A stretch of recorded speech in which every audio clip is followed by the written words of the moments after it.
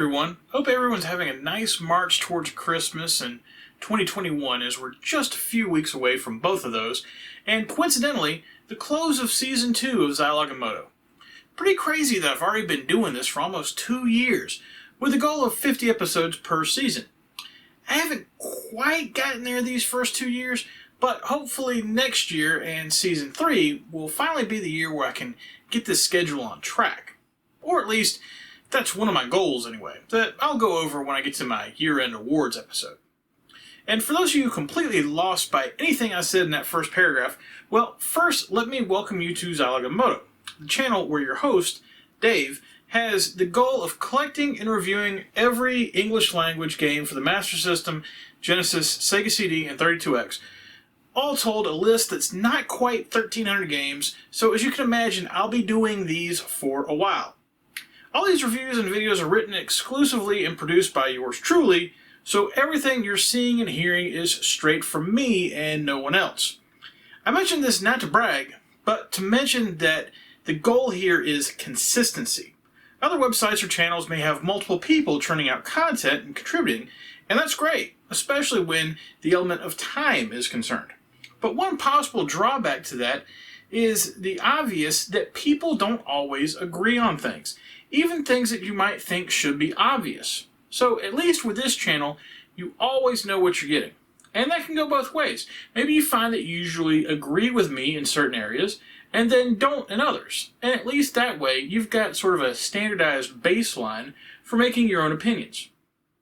Okay, enough about all that. I've wasted enough of your time on preamble. Let's get to the game of the week. And that game is Zoop for the Genesis. Zoop is a puzzle game and later released for the Genesis, coming out on June 1st, 1995. However, Zoop wasn't just released for the Genesis. Oh no, it also saw releases for the Super Nintendo, PC Mac, Game Boy, Game Gear, and due to the timing of its release, also saw releases on 5th generation consoles, with the Jaguar getting a standard port and the PlayStation and Saturn eventually getting enhanced versions of the game. Zoop is a bit of an oddity for a few reasons. First, it was primarily developed by a company called Hookstone Ltd, and by that Ltd you know they were a British company. But there's really not much out there about them, and they appear to be a bit of a one-hit wonder, with their only other credited effort being Sentinel Returns for Psygnosis a few years later. Beyond that, Zoop was released by publisher Viacom New Media. And before you ask, yes, that's the same Viacom that owns CBS, MTV, Paramount, and a host of other things. In the mid-90s, they decided to set up their own game publishing division, rather than simply licensing out their properties, and from 1994 to 1997, they released about 20 titles, with the vast majority stemming from MTV and Beavis and Butthead, or Nickelodeon-based content, before being condensed into Virgin Interactive. Zoop exists as the exception to that rule, and instead of being based on an existing Viacom property, was one of the few original IPs they produced. Apparently Viacom had seen the massive success of Tetris for Nintendo a few years earlier, and decided to try to get in on that, similar to what we saw previously with Atari and Klax back in episode 58.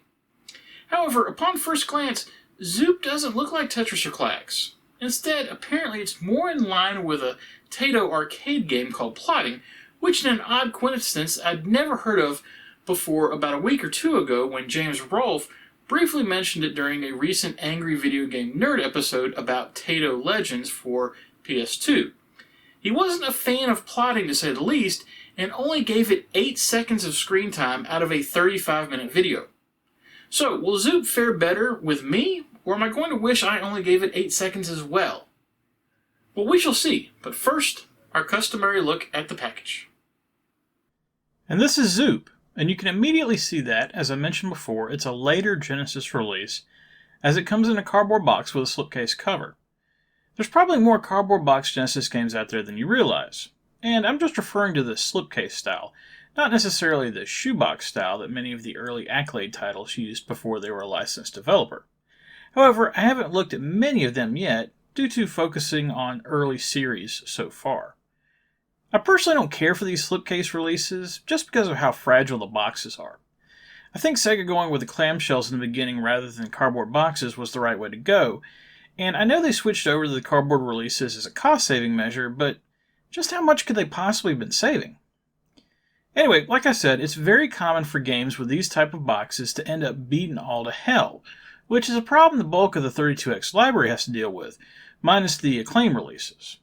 The most common problem I see is that the inner tray that the cartridge and manual sit in ends up crushed, and the actual spot the cartridge is supposed to sit in will be deformed or torn, to the point where the cartridge isn't held properly anymore, and it just kind of slides around.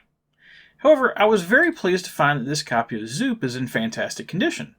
It may not be mint, but it's really, really good. As far as the front cover art goes, it's interesting. It's definitely very 90s, and I'm not surprised that it came from an MTV associated entity. My only complaint here is that the cover doesn't really tell you anything about the game itself, although it does include dots on a grid, which is a reference to the game board at least. However, if we flip over to the back, yes, it's becoming a little clearer now. Not a ton though, as the designers only included 3 screenshots, and they're all on the small side. Another MTV-ish influence, the tagline at the top, "Why are you wasting time reading a box when you can be playing the game?" just oozes that mid-90s attitude that Clax actually showed a bit of as well. I guess the designers in both cases felt that since the games were just puzzle titles, with no shooting or beating up bad guys, they'd compensate by trying to be cool. Points for trying, I guess. Sliding out the game tray, you'll see that the cartridge and its repository, like the rest of the box, looks barely used, especially for being 25 years old.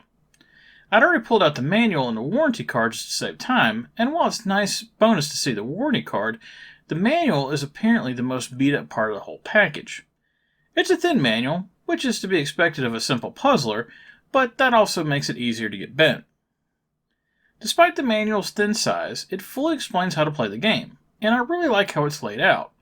You can tell the layout tools had gotten more advanced over the years and allowing the manual to look cleaner and more professional. It's in black and white, like they all are, but this is the first time that I remember seeing a grayscale background that all the text and graphics sit on top of. One last note, if you flip over the back, there's an ad announcing that Zoop was also available on the Game Gear and Saturn.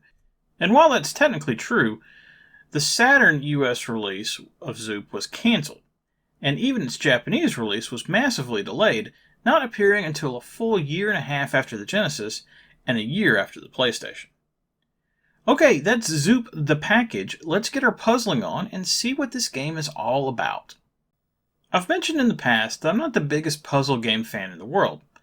I think they're fine, but I usually enjoy playing games where I feel like I'm actually accomplishing something.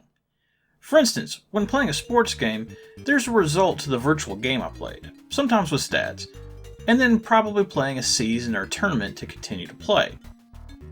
Or an action game, where you're actively doing things to move on to different levels with different enemies. But in puzzle games, usually you're just doing the same thing over and over and over again, but at different rates of speeds and higher complexities. And that's fun for a bit. It's definitely good to exercise different parts of your brain when playing games, but it just doesn't scratch that satisfaction itch that I have. However, having said that, for this review, I'm going to try to be more in the mindset of how does Zoop compare to other puzzle games that I've played, and I think that might allow for a fairer analysis. First off, what actually is Zoop? What puzzles are you solving? And how does the grid of dots from the front cover enter into things? Well, one thing at a time. First off, let's discuss what it's not. And what it's not is plotting from Taito, as they are quite different. This certainly isn't a case of something like Puyo Puyo and Dr. Robotnik's Mean Bean Machine, where they're the same game, just with a different skin. So why do people reference plotting when they talk about Zoop? Well, that has to do with the basic mechanics of each game. Both plotting and Zoop have the goal of getting rid of things on the screen. In plotting, it's 4 different colored blocks. In Zoop, you're trying to get rid of 4 different colored shapes that align in a grid format, so they're essentially blocks. Also, each shape has a color, and the colored letters in the Zoop logo all correspond to one of the shapes. The orange shapes sort of look like a bullhorn, the blue shapes resemble one of the ghosts from Pac-Man, the purple shapes sort of look like a double jigger, and the green shapes are just formless round blobs. I guess after the difficult job of creating 3 shapes for the game, they ran out of creativity by the time they got to green. In both plotting and Zoop, the blocks/shapes all lay out on a grid. To get rid of a certain block or shape, you have to launch that same block or shape at it on a line. If there are multiple shapes or blocks of the same color in a row, all of those will be cleared out. This works really well when a line only consists of one block or shape.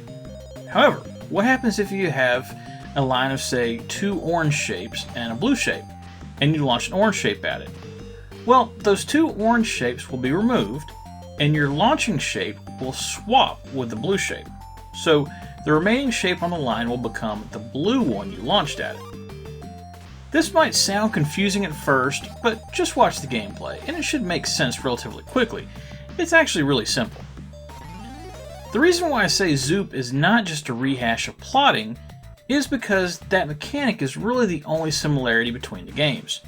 In plotting, you're given an assortment of boxes to get rid of at the start of a level on the right side of a room, and your character throws boxes at them from the left side, with the goal being to get rid of a certain amount of boxes to make it to the next level, where you start all over again with a different layout.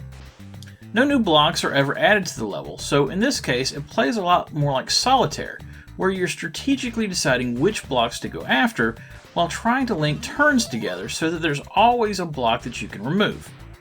Run out of possible moves before eliminating enough blocks to move on, and it's game over. Zoop, on the other hand, plays totally different. In fact, if I had to compare it to another game, it wouldn't be plotting, it would actually be the classic arcade game Tapper. Now, that might sound like an odd comparison, but just follow with me for a bit. In Zoop, you play on a plus-shaped grid with you taking control of a shape located in the 4x4 center of the grid. Above and below you on the screen are 4x4 sections, and for some reason, to the left and right of you are 7x4 sections, creating a playfield that's 6 columns wider than it is tall. This strikes me as a bit weird. Why have a rectangular playfield instead of a square one? I know TV screens are wider than they are tall, even back then, but this lack of symmetry bothers me. And actually for good reason, as I'll get to in a minute, rather than me just being a touch OCD. Remember how I said you take control of the center? Well, it's your job to protect that 4x4 section of the grid from shapes. Shapes randomly appear in one of the 16 lines that make up the upper, lower, left, and right sections every few seconds. It's your job to remove the shapes from the board, imaginatively called zooping, and after a certain number of zoops, you move on to the next level. Since the shapes appear randomly, what will happen is lines of shapes will start to build in each of the sections.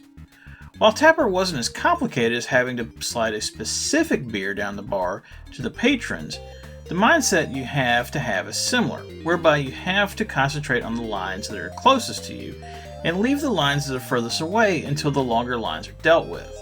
And again, Zoop is obviously more complicated as you have to strategize on the best order to try to remove the pieces, or else you'll very quickly be overrun. The shapes appearing on board at random are the reason why I have an issue with the board not being symmetrical. I know this might come as a surprise, but 4 is significantly less than 7. And as a result, it feels like you're constantly having to keep an eye on the upper and lower sections, as 4 shapes can stack up very quickly, and it seems to throw the balance off a bit. I'm not sure what the right number of shapes is per section. Maybe each should have 6 and pull the side sections in 1, but I definitely feel like this could have been tweaked for better gameplay. When playing a game, you have a few options. The first and most crucial is which style of game are you going to choose. Is it going to be a continuous game or a level game? The names are slightly confusing because in both cases the game does have supposedly 99 levels that you're trying to make your way through. However, if you choose continuous mode, whatever shapes are left on the board at the completion of a level stay there when the next level starts, and there's just a brief pause for you to catch your breath and allow the background to change colors. Choosing level mode instead is theoretically much easier because you can get into trouble on a level, just barely finish it before losing, and then start the next level with a fresh board. However, I say theoretically because as you make it further into the game in level mode, new, fresh levels will actually begin with shapes on the board, just not the ones from the last level. I definitely found level mode the more enjoyable of the two, but it all depends on just how much of a challenge a player wants to take on. Speaking of challenges, along with choosing which game mode you want to play in the beginning, you can also choose what level you want to start on, from 1 to 9, and what difficulty level you want to go with, from 0 to 4. I think this is nice for people that are either really good at puzzle games, or people that have mastered the mechanics of Zoop specifically, but for me it's a bit unnecessary. Now, I'll readily admit I'm not the puzzle game master, but to me Zoop scales in difficulty far too quickly, even when playing in level mode instead of continuous. Even after repeated attempts when starting on level 1 in 0 difficulty, I couldn't make it past level 5. The pieces just spawn far too quickly on the map, and while the game does include a few power-ups to assist you in clearing out shapes, they tend to not appear enough to really be useful, and that's if you can actually get to them, depending on the shapes that appear in the line in front of them. I mentioned earlier that Zoop was multi-platform, appearing on 5 different consoles including the Genesis. How does this version compare with those others? Well, here's where things get weird. You'd think that no matter how the graphics look between the consoles, the actual level design would stay the same, like say for instance Tetris. Well, you would be wrong. Zoop's 7 iterations actually come in 4 different screen layouts, with the Super Nintendo, PlayStation, and Saturn using a slightly larger 7x5 layout, and the Jaguar going to an even bigger 8x5 layout.